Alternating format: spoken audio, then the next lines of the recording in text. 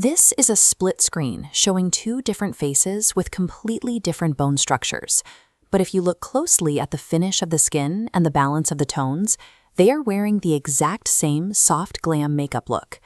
When clients bring in a reference photo, the most common mistake is treating that image like an anatomical blueprint. If you try to place eyeliner or contour exactly where it sits on the model in the picture, it will almost always look out of place on the person in your chair. Instead of copying the exact details, we use the reference photo as a map for the overall mood. We look at the skin finish, the brow shape, the eye softness, and the lip tone, and figure out how those elements balance each other. The goal is to translate that feeling onto the unique bone structure in front of you. You take the idea from the image and let the client's features dictate how you actually apply the makeup. To do this right, we start by looking closely at the client's bare skin before any product touches the face. This video shows natural skin up close. Notice the texture, the pores, and the slight breakouts. These are normal, and we are not trying to erase them. Camera-ready makeup still needs to look like human skin. We prepare the canvas by applying hydration where the skin needs comfort. Then we control shine only in specific areas where a reflection might interrupt the final lighting. With the skin prepped, we move to complexion. Rather than layering heavy foundation over the entire face, we use a strategic approach. This diagram highlights our targeted coverage zones. We place foundation and concealer mostly around the center of the face, where redness and discoloration typically happen, leaving the perimeter almost completely bare so the natural skin shows through. By keeping the coverage localized, we preserve the natural peaks and valleys of the face. Heavy product apply everywhere flattens these features out.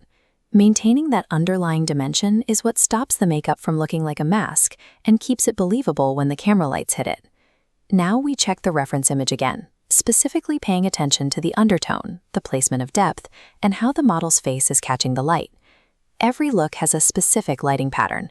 We analyze the photo to see where the highlights naturally fall and where the shadows create structure, which dictates the overall mood. We mimic that lighting on our client by adding warmth and subtle sculpting. We place these products according to our client's unique facial structure to bring that same three-dimensional shape back into their face. Once the product is placed, we soften the edges so the foundation, contour, blush, and highlight all melt into the skin. Looking at this cross-section diagram, you can see what happens when products are left as separate, rigid blocks sitting on top of each other. Instead, we want the edges to bleed together into a single, seamless gradient. Creating this connected layer ensures the makeup feels cohesive. It is what gives you a polished finish that accurately reflects natural light. Next, we move to the features that frame the face, starting with the brows and eyes. For a soft glam look, the brows should be groomed and softly defined. We avoid harsh lines or blocky shapes to keep the final result wearable and relaxed. Here, in this macro shot, you can see the eye technique. We build soft definition right up against the lash line, and then use a fluffy brush to diffuse everything outward into a seamless haze. The strict rule for these eyes is that the shape matters more than the drama. The shadow should softly enhance the eye, not overpower it. Moving to the lips, we select a talon that matches the warmth and depth we just built into the cheeks. We apply a little definition around the edge of the lip line first, and then fill the center with a smooth, balanced finish. These features work together as counterweights. The eyes, brows, and lips anchor the soft dimension of the complexion, keeping the entire face in balance.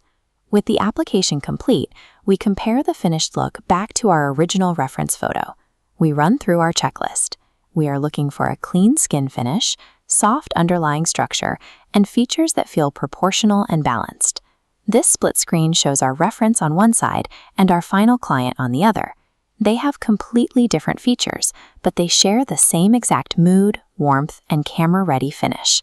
We succeeded because we did not try to clone the image. The next time you work from a photo, study it. Break the image down into its base elements, the finish, the placement, the tone, and then rebuild those elements to fit your client. Letting the face in front of you decide the final direction of the makeup is the defining skill of this process. It is what separates simple imitation from true professional artistry.